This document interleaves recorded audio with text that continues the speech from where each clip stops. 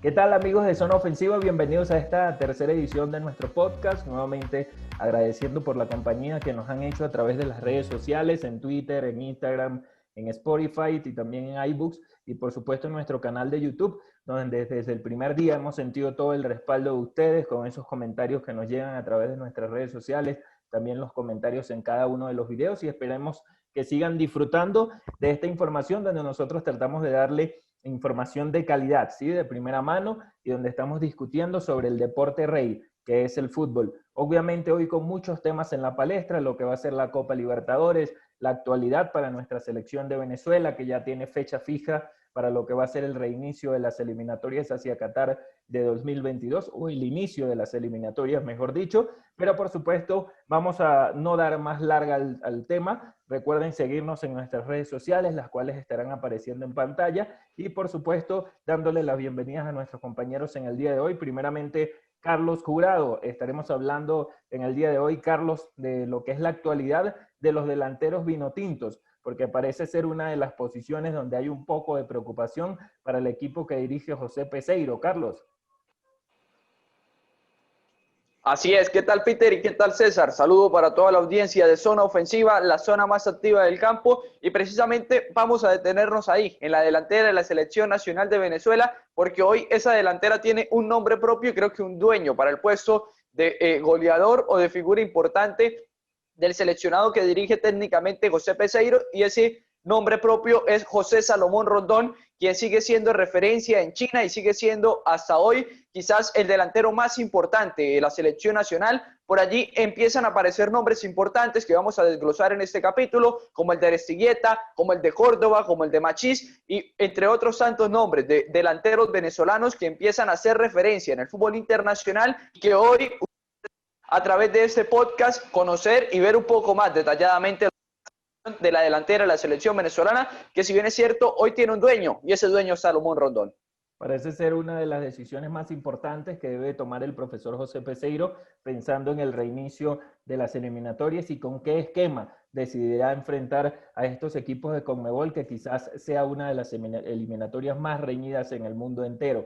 Pero también estaremos hablando en el día de hoy de lo que es la Copa Libertadores, la actualidad de nuestro fútbol venezolano, porque el Lala y el conjunto del Zulia han decidido no participar en este torneo o mini torneo que espera arranque en octubre en nuestro fútbol profesional venezolano. Pero escuchemos también el saludo.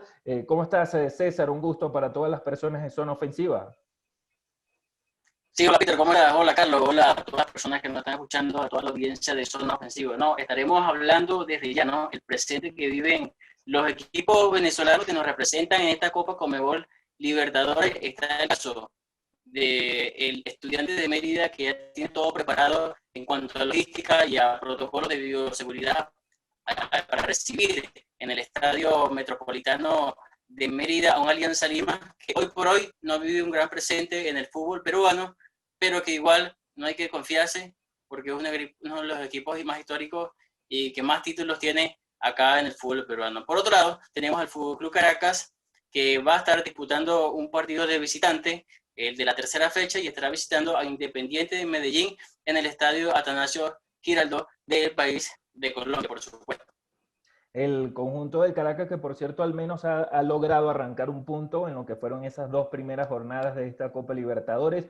Por el otro lado, Estudiantes la tiene mucho más difícil, que hasta ahora solo ha encajado dos derrotas consecutivas en lo que fue el inicio de esta Copa Libertadores de América. Pero vamos a empezar a hablar con el tema principal del día de hoy, que no puede ser otro que la UEFA Nations League y por supuesto el récord que ha vuelto a romper, ¿no? Cristiano Ronaldo en esta ocasión, hablando a nivel de selecciones, se ha convertido en el primer jugador europeo en conseguir 100 goles o más a nivel de selecciones. Está a tan solo 6 tantos del récord mundial que aún ostenta en un jugador de Arabia Saudita y que por ahora con un doblete de Cristiano Ronaldo y la victoria ante Suecia Suecia tiene a la selección de Portugal como líder absoluto junto a Francia en este grupo de la UEFA Nations League. Carlos y César. Así es, un Cristiano Ronaldo que sigue siendo referencia, ¿no? Hablar de Cristiano Ronaldo es hablar del gol y creo que eso ha sido una constante en su carrera. Quizás ya estamos disfrutando los últimos años, los últimos partidos de Cristiano, futbolista profesional, no de sorprendernos, importantes, como bien lo referencia allí, y no solo eso, sino que Portugal hoy por hoy quizás una de las principales selecciones de Europa, ya que hay que resaltar que en la primera jornada, pese a no tener a Cristiano Ronaldo, el seleccionado de Portugal también supo jugar de manera y supo ganar de forma bastante cómoda, Peter y César.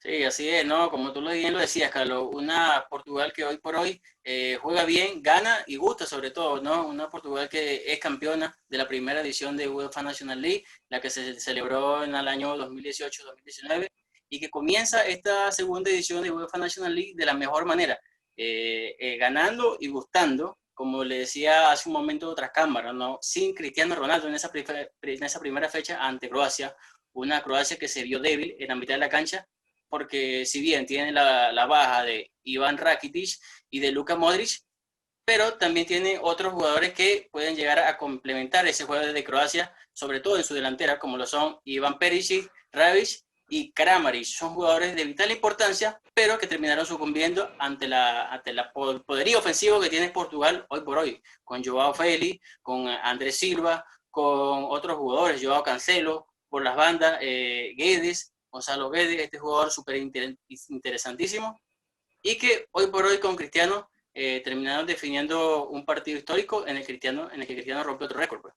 Y parece que Croacia no logra levantar cabeza, ¿no? Hasta el momento, en la primera jornada cayó 4-1 ante la selección de Portugal, que con Joao Félix, como ustedes lo mencionaban, ya marcó su primer gol a nivel de selecciones. Estaremos sondeando un poquito más adelante sobre lo que es el futuro del fútbol mundial, porque ya empieza a marcar Joao Félix, lo hace también Ansu Fati, Haaland tiene 3 goles en la categoría B de esta UEFA Nations League y así sucesivamente. Por cierto, en este grupo de Portugal que los acompañan la selección de Croacia y la selección de Suecia, Portugal ha conseguido una victoria 4-1 ante Croacia en la primera jornada y hoy con el doblete de CR7 o en el momento en que lo marcó consiguieron la victoria ante Suecia. Es líder junto a Francia, que derrotó 1-0 a Suecia en la primera jornada y 4-2 a Croacia. Este era un grupo, muchachos, que me gustaría también escuchar la opinión personal, porque parecía que era el grupo de la muerte de la UEFA Nations League. Estaba Francia, actual campeona del mundo, Croacia, subcampeona del mundo, la selección de Portugal, que tiene por demás nombres como los que mencionaba anteriormente César, y esta selección de Suecia que viene en un relevo generacional, pero que siempre ha sido un rival duro de roer en Europa. Carlos, César. Sí, ahora hablando también un poquito de Francia y de lo que usted menciona, Peter, o menciona, mejor dicho, en cuanto al futuro hay que tener bien referenciado Camavinga, un jugador del Rennes francés, que viene por ahí despuntando y que va a ser también un referente importante. Ahora bien, hay algo también que me gustaría destacar de esta UEFA Nation League y es la figura de Bélgica, ¿no? Y es que Bélgica hoy también llegó a un récord importante para el momento que se realiza esta grabación y fue que llegó a 12 victorias de manera consecutiva, algo interesante y que no deja de llamar la atención en torno a lo que es la selección belga. No es este año, sino ya viene con una generación que se ha sostenido, que lo llevó al Mundial de Brasil, que lo llevó al Mundial de Rusia y que hoy, por lo menos en el arranque de esta edición de la UEFA Nation League, lo mantiene como una referencia en el fútbol mundial, siendo junto a Portugal y Francia las únicas 3 selecciones que acumulan 6 puntos. César. Sí, Carlos, como bien tú lo decías, ¿no? Yo quiero resaltar el trabajo que ha hecho hasta ahora la selección de Portugal y la selección de Francia, ¿no? Yo pienso que esas dos selecciones se ven bastante sólidas. Hasta ahora, ambas finalistas en la pasada Eurocopa, ¿no? De 2016. Y desde hace 4 años para acá han tenido un rendimiento elevado y bastante óptimo, ¿no? Una Francia campeona del mundo en 2018.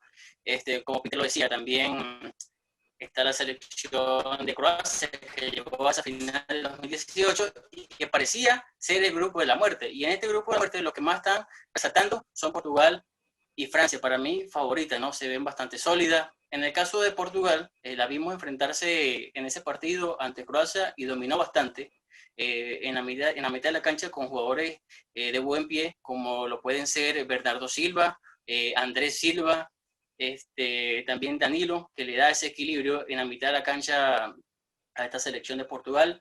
Y tiene dos delanteros bastante interesantes. Uno que, bueno, tiene historia pura, como lo es Cristiano Ronaldo, y el otro, Joao Félix, que se mantiene un gran presente con el Atlético de Madrid y que hoy por hoy está intentando llevar ese excelente presente que tiene en el Atlético a la selección de Portugal. Y hay otro grupo que también es bastante interesante y es el grupo de España y Alemania, ¿no? Que es el grupo A de esta UEFA Nations League, en donde comparten grupo con Suiza y Ucrania. Suiza que a pesar de que a nivel histórico no ha sido una de las selecciones más fuertes en cuanto a resultados se refiere, en el último mundial hizo un gran papel, recordando sobre todo a Xhaka, a otros jugadores que terminaron llegando al fútbol inglés, entre ellos el Liverpool, donde terminó siendo campeón de la mano de Jürgen Klopp. Además de esto, España consiguió en la primera jornada un empate durísimo ante la selección de Alemania. Vimos por allí resaltando sobre todo a Sergio Ramos, que sigue marcando goles, que se sigue haciendo espacio y que a nivel internacional no deja de recibir elogios, sobre todo los de Luis Enrique. Y esta selección de Alemania, que por ahora pues no logró despuntar del todo. España consiguió una empate 1-1 entre Alemania, y posteriormente ganó 4-0 a la selección de Ucrania, y con 4 puntos se hizo líder de grupo por encima de Alemania, Ucrania y Suiza, muchachos. En cuanto a España, hay algo especial que destacar, ¿no? Que me gustaría destacar, amigos, y es que España de repente, después de haber sido campeona del mundo en Sudáfrica, viene el descalabro en lo que fueron los mundiales tanto de Brasil como el de Rusia, que si bien es cierto clasificó, no tuvo una actuación bastante decorosa, ha tenido un recambio generacional y creo que en este camino o de esta forma empieza Luis Enrique a ver los frutos de lo que ha sido ese recambio, ¿no? Y vemos una España que quizás no es esa España que metía miedo hace unos años, no es esa furia roja como se le llamaba, sino que es un equipo un poquito más balanceado, pero que no deja de ser interesante y protagonista. Y en esa misma línea siento que va también la selección de Italia, una selección que si bien es cierto cumplió un ciclo importante siendo campeón en Alemania 2006, después de ahí no había terminado como de conseguir ese engranaje que en este arranque del FIFA Nacional le estamos viendo a esas dos selecciones puntuales que mundiales, pero que de repente venían dormidos en el último ciclo mundialista. Sí, yo pienso que España es una selección también a tomar mucho en cuenta, porque como lo dices tú, viene en ese recambio generacional, pero que no es la España campeona del mundo 2010 y 2011 con este juego vistoso o brillante que se mostraba antes, ¿no? Yo creo que esta España tiene una mezcla en ese juego asociado, en ese juego de tiki-taka y de posesión, con un juego también bastante vertical. Es Luis Enrique como que el ideal para dirigir esta selección que se mantiene en este tipo de presentes, ¿no? Un juego de España bastante asociado, pero a la misma vez muy vertical y explosivo de cara a lo que es su delantera, ¿no? Antes de pasar al siguiente punto de esta UEFA Nations League, o la Liga de Naciones de la UEFA, también me gustaría resaltar el trabajo de Italia, que es otra selección que está teniendo un cambio generacional muy importante y que terminó por ahora líder del grupo por encima de Holanda, de Polonia y de Bosnia. Consiguió un empate a un tanto en la primera jornada ante Bosnia y posteriormente derrotó 1-0 a Holanda, que es otra de las selecciones que viene en un crecimiento constante, y que por ahora me gustaría conectar el tema que mencionaba César de la selección española con Ansu Fati, el cual de parte de Luis Enrique recibió unos minutos en la primera jornada, se convirtió en el jugador más joven en disputar un partido con la selección de mayores de España y posteriormente en el segundo encuentro, en esa victoria abultada de la selección de España, marcó el primer gol, también con la roja, como se le conoce en Europa, y que empieza a darnos o a hablar de un camino en donde podemos resaltar solo en esta competición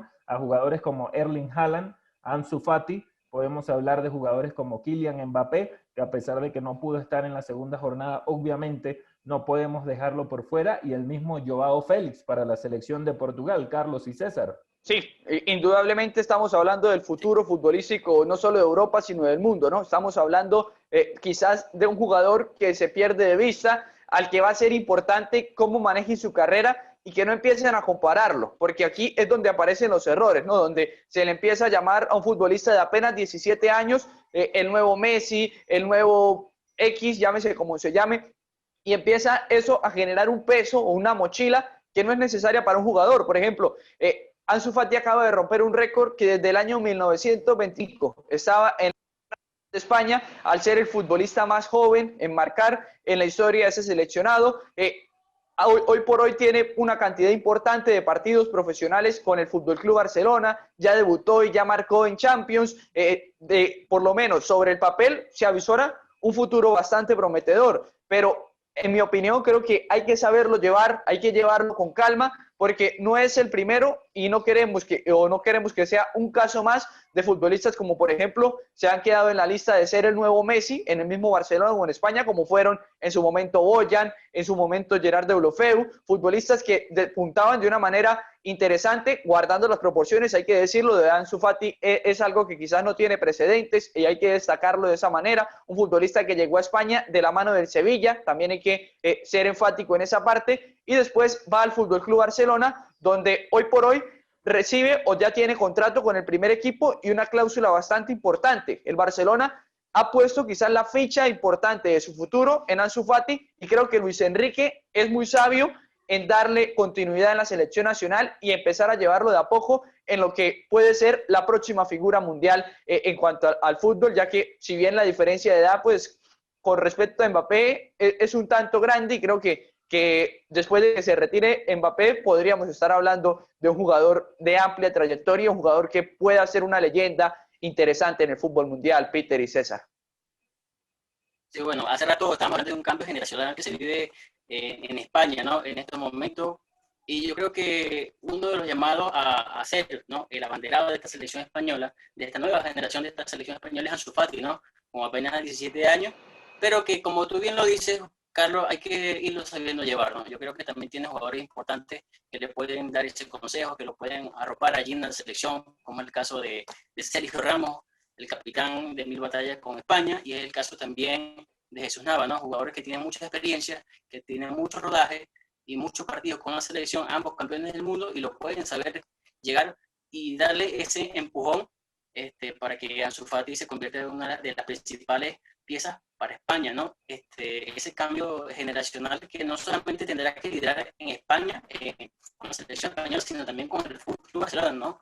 Ya estuvimos a punto de ver un Barcelona esta temporada sin Messi y uno de los llamados a echarse el equipo al hombro, a tener el protagonismo de ahora en adelante es este jugador tan joven como lo es Ansu Fati. Y algunos dirán, no, que lo que pasa es que Ansu Fati todavía es muy joven, pero es que yo recuerdo, por ejemplo, en Real Madrid, en el caso de Vinicius, cuando se fue Cristiano Ronaldo, Lopetegui colocó a Vinicius porque hacía falta alguien allí que cubriera ese vacío, sangre joven, y que le diera otros aires al Real Madrid. Yo creo que eso es lo que tiene que comenzar a hacer Vinicius, que a diferencia de Mbappé, yo creo que ya Mbappé se convierte ya en una realidad, ¿sí? No es una estrella a futuro, ni un jugador que está proyectando ya a más. Sí tiene muchas cosas por hacer, pero Mbappé hoy por hoy yo creo que es un jugador top de Europa y ya es una realidad, ¿sí? Ya no es una perla en bruto, sino que es un jugador que ya está haciendo las cosas importantes, ya campeón del mundo, finalista Champions y siendo protagonista con el equipo que juega. Y obviamente Sí, ya está un escalón por encima, podríamos decir. Exactamente, ya está establecido. Y no podemos dejar de lado, por ejemplo, a Joao Félix, que en el mismo orden de ideas también ha tenido muchas oportunidades, sobre todo en UEFA Champions League, y el mismo Erling Haaland, que llegó a la Bundesliga, se ha hecho paso por en medio de todo el mundo, se habla de que va a romper muchísimos récords, y que ahora en la Liga B de esta UEFA Nations League, por ahora marcó 3 goles en 2 jornadas. En la primera jornada, Noruega cayó 2-1 ante Austria, y posteriormente derrotó 5-1 a la selección de Irlanda del Norte. Pero me gustaría dar la última vuelta, César y Carlos, a esta UEFA Nations League, hablando de un tema que habíamos comentado en la edición pasada de Zona Ofensiva, y es sobre la logística de este torneo, porque fue noticia esta semana de que Kylian Mbappé dio positivo para el COVID-19, ¿sí? Otro de los jugadores del PSG que ha dado positivo y disputó la primera jornada de la selección de Francia ante la selección de Suecia, estuvo presente el delantero del PSG. ¿Hasta qué punto debemos tomar en cuenta este tipo de situaciones? Porque si es así, sabemos de que hay un límite de tiempo donde las personas pueden dar o no positivo para esta enfermedad, pero ya quiere decir que la contrae. ¿Se pudo afectar dentro del campo de juego la presencia de Kylian Mbappé ya con este COVID-19? César y Carlos. Y ese tema es interesante, ¿no? Porque después de la segunda jornada también dio positivo un jugador de Bélgica, lo cual va a obligar a todo el seleccionado, a toda la comisión, a toda la delegación de Bélgica a someterse a nuevos testeos, a nuevas pruebas, y eso va a ser importante, ¿no? Sobre todo tomando en cuenta de que Europa o la National League está haciendo un ejemplo o una prueba piloto para Conmebol retomar las eliminatorias, ¿no? Y un tema que ya estaremos hablando más adelante, pero que es interesante de ver, ¿no? Ya que la forma en que Europa llegue a manejar esto muy seguramente va a marcar la pauta en torno a lo que puede ser el manejo no solo de Conmebol, sino de las diferentes federaciones o asociaciones a nivel mundial. César. Sí, Carlos, no, es muy difícil prever cómo se le dio esta situación a Kylian Mbappé. Quizás sale de sus manos, ¿no? Me imagino que Francia cumple todos los protocolos de seguridad al pie de la letra, pero por allí, qué sé yo, un roce con cualquier persona contagiada o un rebrote que llegó a tener este jugador lo pudo dar positivo ahora de nuevo, ¿no? Habrá que ver de cara a mejorar, ¿no? Creo que estaría, ¿no? Para Francia y para toda la National League, para todos los protocolos de seguridad, este tipo de casos, ¿no? Tomarlo como ejemplo para seguir mejorando en cuanto a las leyes y reglas de logística sanitaria que se presentan a día de hoy.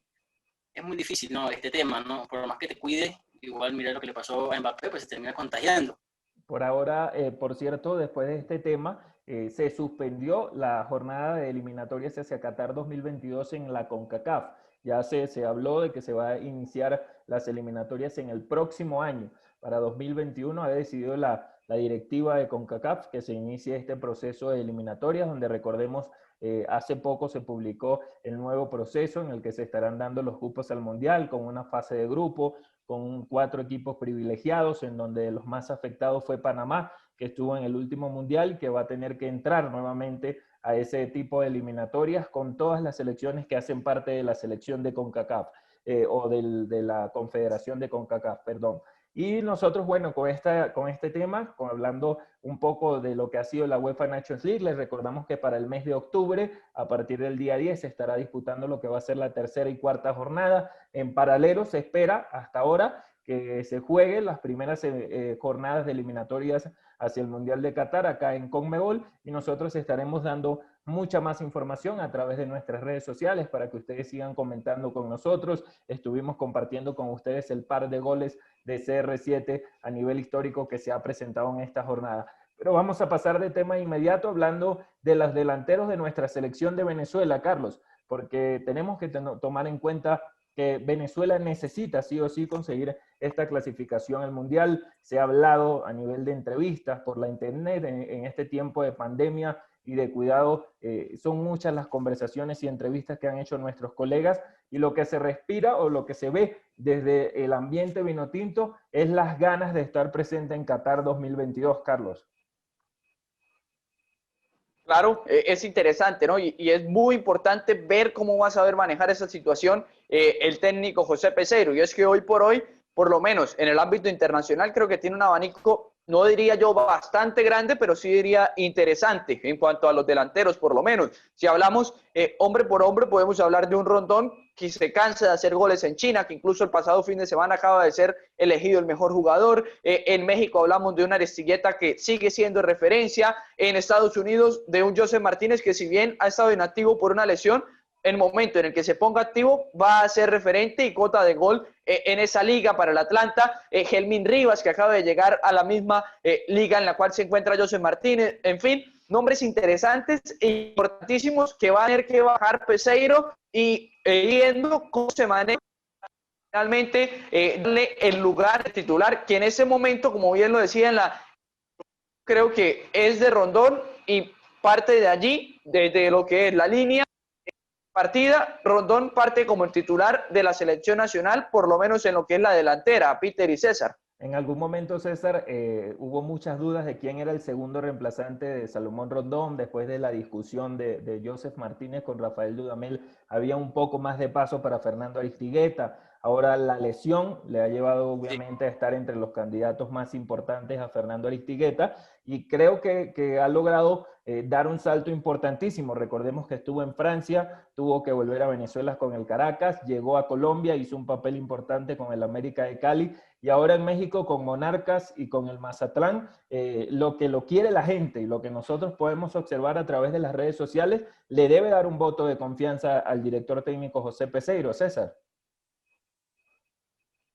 Sí, Peter, es así como tú bien lo dices, ¿no? Yo creo que, como lo decía Carlos, hay un nombre ahí bien marcado, ¿no? En los delanteros de nuestra selección, que es José Salomón Rondón. Yo creo que a partir de allí es que deberíamos armar, ¿no? ¿Quiénes van a ser los acompañantes de Salomón en la delantera o quiénes van a estar en el banco esperando a ser sustituidos por José Salomón Rondón? No podemos hablar del caso de Aristigueta, como tú bien lo decías, un jugador que, a ver, mantiene un gran presente hoy con Mazatlán, allá en México, de bastante recorrido, de recorrido en Europa, ha jugado en Colombia, hoy día está en México, campeón aquí en Venezuela, y un jugador que sabe qué es lo que es vestir la camiseta de la selección Benotito, el jugador con recorrido, que ha jugado Copa América, y tiene ese bagaje, pues, que se necesita de cara a las eliminatorias, porque sabemos que las eliminatorias acá no son para nada fáciles y necesitamos jugadores que tengan la experiencia, ¿no? Aristigueta tiene 28 años y para muchos esa es la edad ideal en la que un jugador élite puede desenvolverse pues al máximo, ya que cuenta con cierta edad, cierta experiencia y a la misma vez con esa juventud también para desplegar todo su juego, ¿no? Está el caso de Salomón Rondón en principal opción para mí hoy por hoy, de Aristigueta y de ahí por allí, de ahí en adelante se nos complica un poco, ¿no? Hay muchos jugadores, me gusta Eric Ramírez porque es una de las opciones que por ahora en las redes sociales ha tenido mucho acompañamiento, sobre todo por los goles en la fase previa de la UEFA Europa League. Hace un par de semanas estuvo marcando, dándole la clasificación a su equipo y se ha ganado la confianza y se ha ganado la oportunidad de por lo menos ser parte de un grupo de convocados importantes. Pero tenemos que resaltar también el trabajo de Sergio Córdoba. Hoy por hoy, Carlos, César y a todas las personas que nos acompañan, si tuviese que hacer un 4-4-2, el seleccionador José Peseiro, cambiando esa estrategia de Venezuela que siempre ha sido un 4-2-3-1 por las características de los jugadores con los cuales tenemos riquezas en la parte ofensiva, el que mejor le acompañaría para mí sería Sergio Córdoba, ¿sí? Sabiendo de que Fernando Aristiqueta y Salomón, aunque ya lo han hecho juntos, son por supuesto quienes tienen la oportunidad de jugar como medio delantero centro o falso 9, que era el trabajo de Lionel Messi en algún momento, que se hizo muy famoso, y este Sergio Córdoba que en la presente temporada está en el Arminia Bielefeld de la primera división de la Bundesliga en Alemania. Recordemos que viene de estar en el Fútbol Club Augsburg, donde disputó 65 partidos y obtuvo 7 goles y que se mantiene vigente en Alemania para continuar marcando y que es una de las opciones obvias para la selección vinotinto. Carlos. Totalmente, creo que además un futbolista que ha cumplido los ciclos de selección nacional, no hay que pasar por alto que Córdoba fue parte de la selección nacional sub-20 que fue subcampeona del mundo en Corea, algo que no es un dato menor, algo que es un dato que le da de repente un escaloncito ahí, aunque hay que resaltar que sigue siendo joven, apenas tiene 23 años, pero puede ser un recambio importante. Recordemos que Córdoba en su último equipo, en el Augsburg, jugó 10 partidos de titular y en eso fueron esos 10 de titular, sumando una cantidad importante de partidos, se acercó a la cifra de 50 en Liga con el Augsburg, donde llegó a marcar 10 goles, un dato ya que jugaba en un equipo que generalmente peleaba por la permanencia que por cualquier cosa, y pese a eso fue referencia, fue importante, quizás no era titular habitual, pero es difícil, siendo venezolano y estando en la Bundesliga, quizás una de las del mundo y hoy la liga del actual campeón de Europa, ¿no? Eso hay que destacar. Creo que de repente, si hablamos de un sucesor o de un importante, podemos hablar de Córdoba. Sin embargo, compañeros, no hay que faltarle por alto a la figura de Darwin Machís, ¿no? Que sigue siendo un jugador joven de apenas 27 años, sí es titular y es referencia en el Granada, que va a jugar, está siendo un equipo importante y que marca tendencia. Por mi parte, creo que acompañaría a Rondón con Machís o César. Claro, César, antes de tu Sí, yo participación, pienso obviamente recordemos que Darwin no tiene un trabajo tanto como delantero, sino que Machi juega un juega más poco atrás, que por la banda, ¿no? más tirado a la Por banda, la banda, exactamente. por la banda Por eso izquierda. resaltábamos la presencia Claro, del Eso. mismo jugador Sergio Córdoba, que sería una de las opciones más potentes para acompañarlo en una pareja de delanteros, César. sí, Peter, en dado caso de que, por ejemplo, Peseiro intente jugar con 4-4-2, le vendría bien un acompañante en segunda punta como Sergio Córdoba o como el mismo Eric Ramírez. No, Aristigueta no tanto, porque Aristigueta es más un ariete, un de área, un jugador que casi no sale de su zona de confort, que es el área rival. Es un Porque es acompañante muy ideal para peligroso Rondón, allí. sería exactamente. Y sus características no son Por esas, eso. pues. Córdoba es un jugador que sí puede estar más atrás, y a veces en esos partidos que se le ha criticado mucho a Salomón Rondón, que tiene mucha entrega y mucho desgaste en su juego, pero que no tiene gol, yo creo que sería un acompañante ideal en ese momento de Córdoba, porque Córdoba ya lo hemos visto, un jugador que va mucho atrás, que las pelea, que las lucha, que las quita, y podrá alimentar futbolísticamente con pases de gol a un Salomón Rondón, que en este momento ya tiene una edad avanzada, no está quizás para tanto desgaste, y es momento de que empiece a hacer goles importantes con la selección vinotinto, sobre todo en eliminatoria. No es que no lo haya hecho antes, pero es que es bueno que lo siga haciendo, ¿no?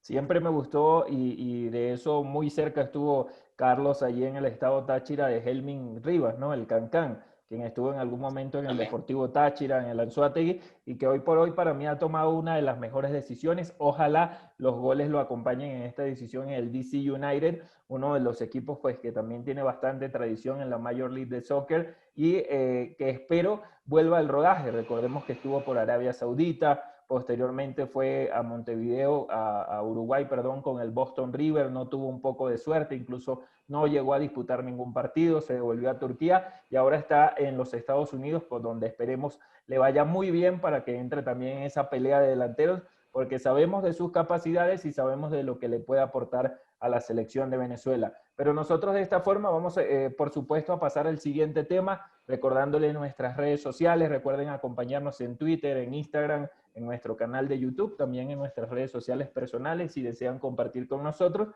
y siempre dejando los comentarios, suscríbanse y denle a la campana de notificaciones. Vamos a empezar a hablar también del fútbol venezolano acá en Zona Ofensiva. Cobraron. Villanueva, cántalo conmigo.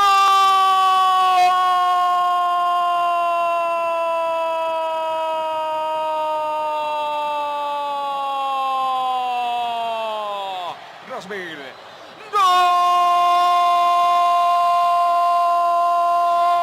Y regresamos nosotros, obviamente, con este último tema que tenemos para tratar con ustedes en el día de hoy, obviamente hablando de nuestro fútbol profesional venezolano, que no podemos dejarlo a un lado, antes de hablar un poco de lo que va a ser la participación en Copa Libertadores de Caracas y Estudiantes de Mérida, debemos mencionar que el Lala, que es uno de los equipos con más controversia en la actualidad en el fútbol venezolano por el tema económico, y además de esto se ha sumado también el Zulia Fútbol Club, como los dos clubes que por ahora decidieron no participar en el próximo torneo de este año del 2020. César, un tema que ha dado mucha tela que cortar porque parece que no se va a asegurar el sueldo para los trabajadores y jugadores, o por lo menos son los comentarios que por ahora se han divulgado a través de las redes sociales. César. Sí, Carlos, y Peter, un desastre total, ¿no? Un desastre lo que se vive ya en Venezuela, ¿no? Un Zulia Fútbol Club que envió un comunicado el pasado fin de semana a la liga diciendo que no iba a participar, ¿no? Por motivos de seguridad y sobre todo por motivos sanitarios. Zulia dijo que no tenía las condiciones necesarias para competir bien y que el año que viene ellos iban a regresar a la competición venezolana, ¿no? Pasa más que todo el tema por allí, por temas de económicos y por temas de sanitarios, ¿no? Según lo que dice el comunicado del Zulia Fútbol Club. Y un Lala que se le sumó el día de ayer, ¿no? Un Lala que es un equipo recién ascendido, que viene con escándalos, como tú bien lo decías, allá en nuestro fútbol, y que no quiere tomar mucho más riesgo de jugar este torneo del fútbol venezolano y tomar la misma decisión por los mismos motivos que lo hace el Zulia Fútbol Club de no disputar esta presente liga, ¿no? Ahora, hay algo que tomar en cuenta, ¿no? Y es que los equipos no toman esta decisión de manera deliberada o porque así les nació, sino que, y creo que hay que apuntar hacia allí, la federación abre la posibilidad de que los equipos decidan o no decidan participar. Y esto es algo que por lo menos a mí personalmente me preocupa, porque hay, como bien lo decía Peter cuando hacía la introducción a este tema, hay empleados que son de oficinas, hay utileros, hay gente de prensa, hay diferentes empleados del fútbol o de cada institución que si bien es cierto es un equipo de fútbol, pero no deja de ser un negocio. Y estamos hablando de quizás un grupo importante de personas que se van a quedar sin empleo en medio de una pandemia, en medio de una crisis importante. Y me parece algo que por lo menos a mí me llama la atención y es que se habla de que los que puedan van a participar en un torneo rápido en Venezuela para definir cupos internacionales y así no perder los cupos. Es decir, se va a hacer un torneo por cumplir y no van a haber descensos, solo va a haber un ascenso. Hay que recordar que Llaneros perdió la categoría por cuestiones extradeportivas, solo habrá un ascenso y hay que resaltar también eso. O sea, hay equipos que se van a dar el lujo de decir no juego y en 2021 van a salir con su cara muy lavada y sin ningún tipo de problema a participar nuevamente, cuando otros que quizás están también en dificultad económica, sí van a hacer el esfuerzo de presentarse y de competir. Porque si bien es cierto, el tema sanitario es delicado, creo que en estos dos casos puntuales, de repente Zulia no me atrevería a hablar con tanta propiedad del tema, pero hablo del caso del ALA. Creo que la parte sanitaria suena más a excusa que a cualquier cosa, porque es conocido públicamente la cantidad de dinero que le debe el ALA Fútbol Club a sus futbolistas, a su cuerpo técnico, a todos y cada uno de sus empleados. Así que pienso que muchos equipos, y creo que el ALA ha iniciado la ola importante de ellos, van a aprovechar el tema sanitario para no participar simple y llanamente porque no tienen dinero para hacerlo. Y es una situación que de verdad es preocupante, porque sobre todo lo que mencionabas y verlo desde esa manera parece triste para el fútbol venezolano. Vamos a hacer un torneo relámpago para no perder los cupos internacionales en Copa Libertadores y Sudamericana. Recuerde que hay ganancias económicas tanto para la Federación Venezolana de Fútbol como para cada uno de los clubes que allí participen. Hablando del Zulia, sé que es una situación verdaderamente difícil. Recordemos que en la última edición de la Copa Sudamericana hizo una presentación inolvidable de la mano de Francesco Estífano, de todo su cuerpo técnico, pero ahora quedarse fuera de esta competencia, quedarse fuera de lo que va a ser el andamiaje del fútbol venezolano, aún no se ha terminado de clarificar cómo se van a disputar los cupos a nivel internacional, cómo se va a disputar el torneo, donde se habla por ahora de la posibilidad de que hayan 3 grupos en todo el país para disputar los partidos con los equipos cercanos a cada ciudad, pero no hay nada cierto hasta este momento de cómo vaya a ir el fútbol venezolano. Pero esto nos lleva a una preocupación más grande, César, y es el tema al cual queremos tratar, porque Caracas y Estudiantes de Mérida están en medio de una competición internacional. Un conjunto del Caracas que sabemos de sus capacidades económicas, de su solvencia hasta ahora en el país, uno de los clubes más estructurados en la historia del fútbol venezolano, y este equipo del Estudiantes de Mérida que ha tenido altos y bajos, que ha luchado contra algunas demandas con jugadores como la Pulga Gómez y que por ahora pues también tiene que terminar de participar en esta Copa Libertadores, César. Sí, bien, Peter, así como tú lo decías, es verdad, ¿no? Un equipo de Estudiantes de Mérida que ya, como todos los conjuntos, ¿no? Tiene fecha definitiva, ¿no?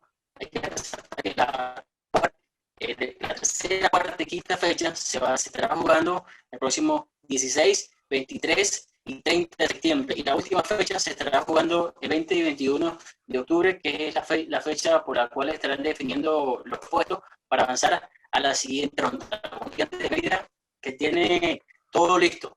Su directiva tiene todo preparado en cuanto a protocolos de bioseguridad, en cuanto a anillos de seguridad. Todo está bien, el ecramado del estadio está listo ya, porque me ha dado la oportunidad de leer, ya han hecho conferencias de prensa y todo, donde se han organizado para recibir al club Alianza Lima, pero alejándonos un poquito de esto, vamos a entrar más que todo en lo futbolístico, ¿no? Es obvio que por la nueva realidad que estamos viviendo, siempre se nos lleva algunos minutos debatir sobre los protocolos de seguridad, que para estudiantes ya lo tiene todo resuelto, pero futbolísticamente, ¿cómo llega Estudiantes a afrontar este partido? Es una prueba grande, César. Antes de continuar con esto, es una prueba grande porque recuerda que en el Metropolitano de Mérida se va a disputar el partido de la selección de Venezuela de local, en la segunda jornada de las eliminatorias al Mundial de Qatar 2022. Se había hablado de que Estudiantes iba a jugar en Caracas. Después de esto se decidió ratificar como sede a Mérida y por eso se va a disputar esa doble jornada, porque tiene 2 partidos seguidos Estudiantes de local en Copa Libertadores, César. Sí, la primera fecha va a estar enfrentando al Club Alianza Lima, ¿sí? Un club que no tiene un excelente presente a día de hoy en el fútbol peruano, si bien es un equipo que tiene bastante historia, que tiene bastantes rodajes acá, y es el equipo que más veces ha ganado los títulos acá en Perú, no tiene un buen presente. Lleva 5 partidos y en esos 5 partidos solamente ha obtenido una victoria. Y si nos podemos hablar de presente futbolístico por parte de Estudiantes de Mérida, pues, ¿qué podemos hablar? No sabemos cómo va a regresar Estudiantes de Mérida a enfrentar este partido, ¿no? En este reinicio de la Copa Libertadores, porque sabemos nuestro fútbol no está andando, ¿no? Ambos equipos vienen de perder sus 2 primeras fechas en esta Copa Libertadores y vienen a sumar los primeros 3 puntos desde esta Copa Libertadores, a ver si intentan sobrevivir en este grupo, pero a día de hoy no se le ve posibilidades a ninguno de los dos. Lucen como los más débiles en este grupo, que lo completan Nacional de Uruguay y Racing de Avellaneda de Argentina. Este conjunto de los Estudiantes de Mérida, que recordemos entre sus primeras jornadas en esta Copa Libertadores de América, terminó cayendo 2-1 en la primera jornada, obviamente ante Racing, y posteriormente cayó 1-0 ante el conjunto del Nacional, ¿sí? Como tú lo mencionabas, el Alianza Lima sería el siguiente de los equipos que conforman este grupo, y posteriormente está el Caracas, Carlos, en un grupo donde está el Boca Juniors, con quien Caracas empató en la primera jornada 1-1, posteriormente cayó 3-2 ante el Independiente de Medellín en un partido que parecía resuelto para el equipo de Noel San Vicente y lo terminaron volteando. Pero me gustaría sobre todo resaltar el trabajo del Caracas actualmente, que fue uno de los primeros en reiniciarlos, y posteriormente el tema del Boca Juniors, Carlos, que tú hacías referencia en el programa pasado, en donde nosotros comentábamos la situación que estaban viviendo a nivel interno con los contagiados por el COVID-19. Hay algo importante para destacar del Caracas, ¿no? Y es que, como bien lo decías tú, Peter, es el equipo quizás más organizado del fútbol nacional, un equipo que tuvo que parar sus entrenamientos por casos positivos de COVID-19, pero una vez habiéndolo retomado, ha sido interesante. Y para reforzar un poco lo que decía César, creo que esa Copa Libertadores va a ser una edición bastante particular, y ya nos lo dejó ver la Champions, ¿no? Y es que la inactividad, sobre todo en los equipos, pues sobre todo los colombianos, los argentinos y venezolanos, además de los bolivianos, que aún no regresan a la competencia, va a ser interesante ver cómo retoman, en qué nivel llegan, de qué manera se va a desenvolver. Si bien es cierto, el papel en esta Copa Libertadores, en el reinicio, parte con ventaja los equipos brasileños, que son una liga que prácticamente se ha mantenido activa. Están jugando desde julio el Brasileirao y cada 8 días ha habido partidos sin ningún tipo de problema. Para mí creo que parten como favoritos. Usted toca un tema importante en el grupo de Caracas y creo que puede ser una ventana por ahí que se abra para el Caracas Fútbol Club, y es que Boca sobre el papel parte como favorito, parte como el equipo más importante del grupo, pero hoy Boca vive una realidad, y es que tiene hasta ahora conocidos 22 casos positivos de COVID-19 en su plantel, a 10 días de que o mejor dicho, a 7 días de que se vuelva a competir internacionalmente. Boca hoy por hoy no tendría disponible un plantel profesional, ya que los futbolistas que hablamos son jugadores habituales en el andamiaje o en el esquema de Russo. Eso da un aliciente especial o abre por allí la posibilidad. Hablamos de un Libertad de Paraguay que sí ha venido compitiendo, que viene teniendo ritmo. Si bien es cierto, la Liga Paraguaya quizás no es de las mejores del continente, hay algo interesante e importante, y Peter y César, ustedes lo saben como personas de fútbol, que entrenarse no es igual que jugar.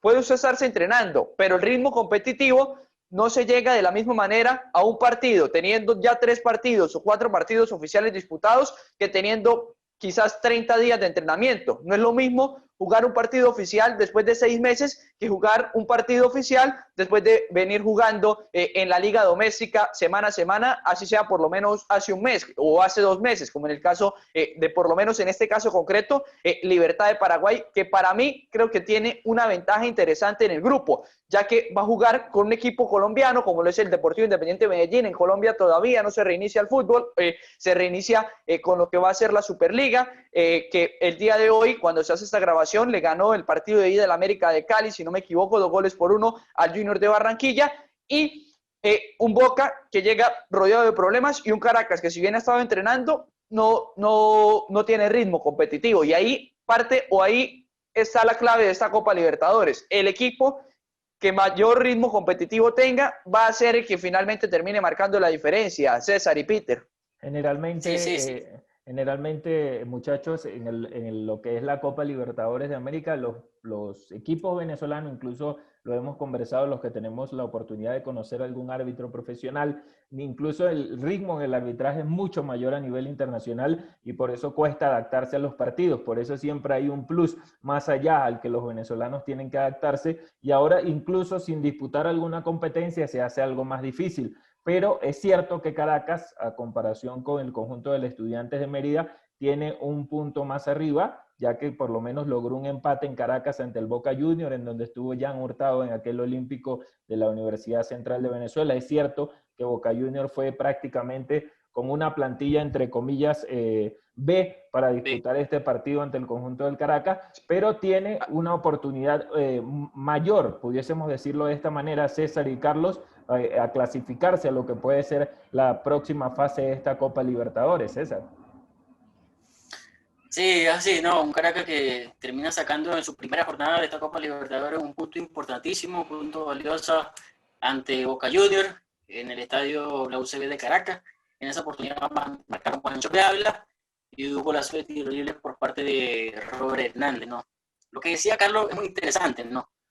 Puede que la continuidad sea clave en esta Copa Libertadores, sin embargo, pienso que Boca Juniors, a pesar de todos los problemas que está pasando últimamente, sobre todo por temas sanitarios, por temas de todos esos jugadores contagiados que tiene, puede pisar fuerte porque es Boca Juniors, ¿no? Creo que la camiseta pesa, viene a ser finalista en 2018, el año pasado o la temporada pasada, se terminó llevando la Superliga Argentina y es hoy por hoy uno de los favoritos, ¿no? Vemos lo que pasó en Champions League, por ejemplo. Es el caso del PSG. El PSG tenía mucho tiempo sin su competición porque apenas se dio lo de la pandemia en marzo, la Liga 1 se canceló y venía a disputar 2 o 3 partidos amistosos con rivales menores, con rivales que para nada competitivos, y terminaron llegando a una final de Champions, porque eso también depende más que todo del rival que se te ponga al frente, ¿no? Yo pienso que Boca Juniors puede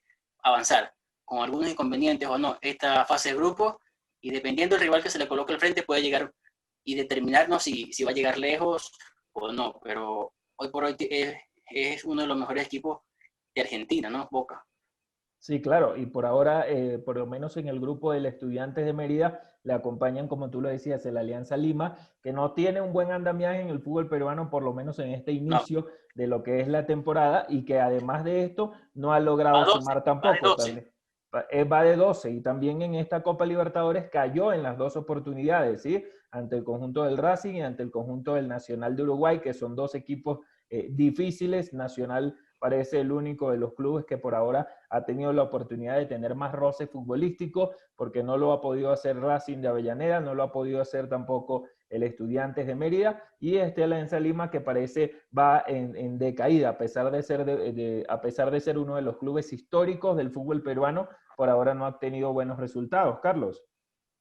Hay una palabra clave que mencionaba César, ¿no? Y es sobrevivir. Creo que eso va a ser importante en la fase de grupos, no solo para los equipos venezolanos, sino para todos. Creo que el que logre sobrevivir, o los equipos que logren sobrevivir a la fase de grupos, habrán hecho algo importante, porque si bien el ritmo de entrenamiento va a ser clave, cómo lleguen va a ser importante, pero el ritmo competitivo lo van a ir dando los partidos, y creo que los equipos que logren sobrevivir a esa fase de grupos, van a llegar seguramente un poco más afianzados a lo que son los octavos, los cuartos, las semifinales y las fases definitivas, y eso va a ser importante, ver qué equipos terminan de sobrevivir, y ojo, porque yo personalmente creo que vamos a ver sorpresas interesantes, y podría hablar sobre todo de sorpresas siendo puntual en el fútbol paraguayo. Creo que podríamos ver a un equipo paraguayo, no sé si siendo campeón, porque los brasileños están muy fuertes, pero sí, ojo, porque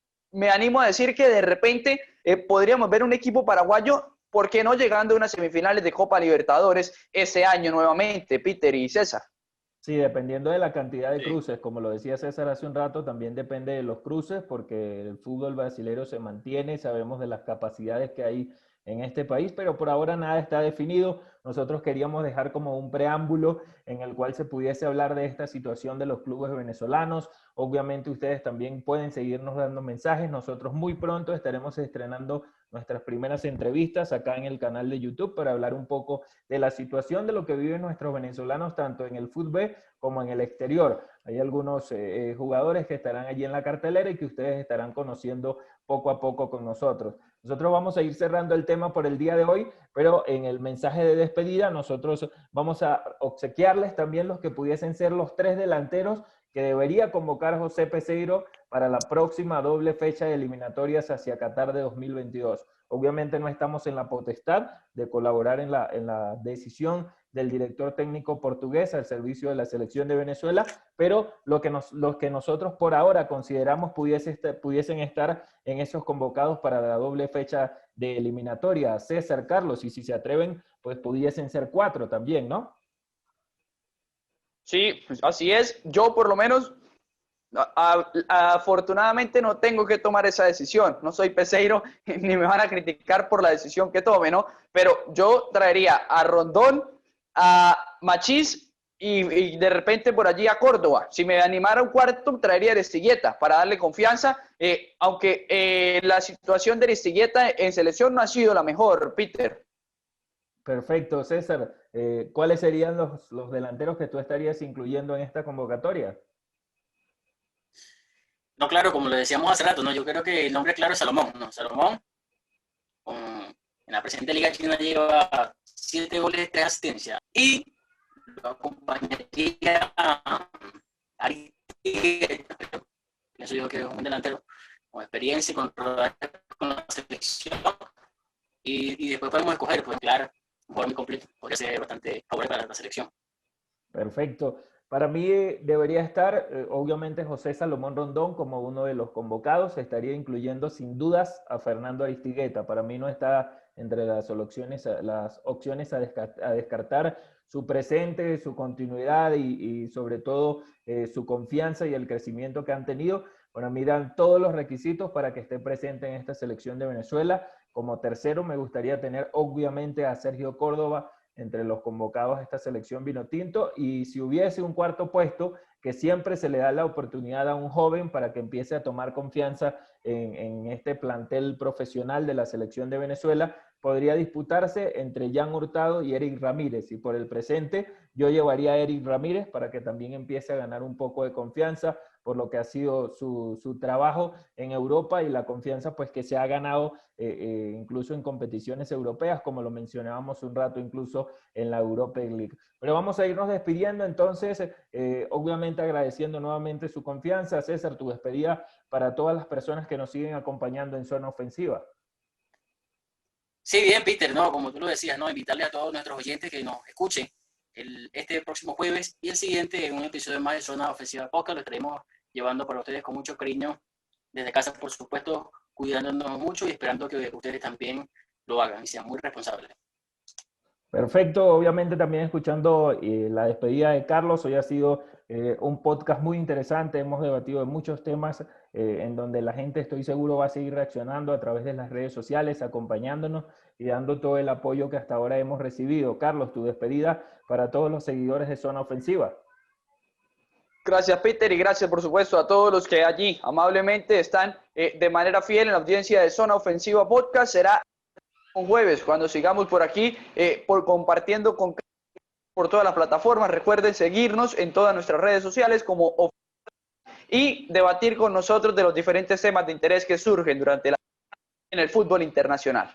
Esta semana, por supuesto, estaremos dejando en nuestras redes sociales algunas pistas de quién nos podría estar acompañando en el próximo episodio de Zona Ofensiva Podcast. Trataremos de compartir con uno de los jugadores seleccionables para nuestra Vinotinto, para lo que va a ser estas próximas eliminatorias a Asia Qatar 2022. También no dejamos pasar la oportunidad para agradecer a Wilker Fariñez por ese mensaje que nos ha dejado a través de nuestras redes sociales. Estaremos nuevamente colocándolo para ustedes acá en esta edición, para quienes no pudieron observarlo. Y obviamente, como lo indicaba César y Carlos, invitarlos nuevamente a seguirnos en nuestras redes sociales, en Twitter, en Instagram. Recuerden que pueden escucharlo también a través de Spotify, en iBooks, en nuestro canal de YouTube. Y por supuesto, agradecidos de seguir compartiendo con ustedes. Recuerden que no hay metas imposibles, sino personas incapaces, y que sigan pasando un feliz día. Bye, bye. Hola, le habla Wilker Fariñez. Quiero enviarle un saludo a Zona Ofensiva, desearle el mayor de los éxitos y muchas bendiciones.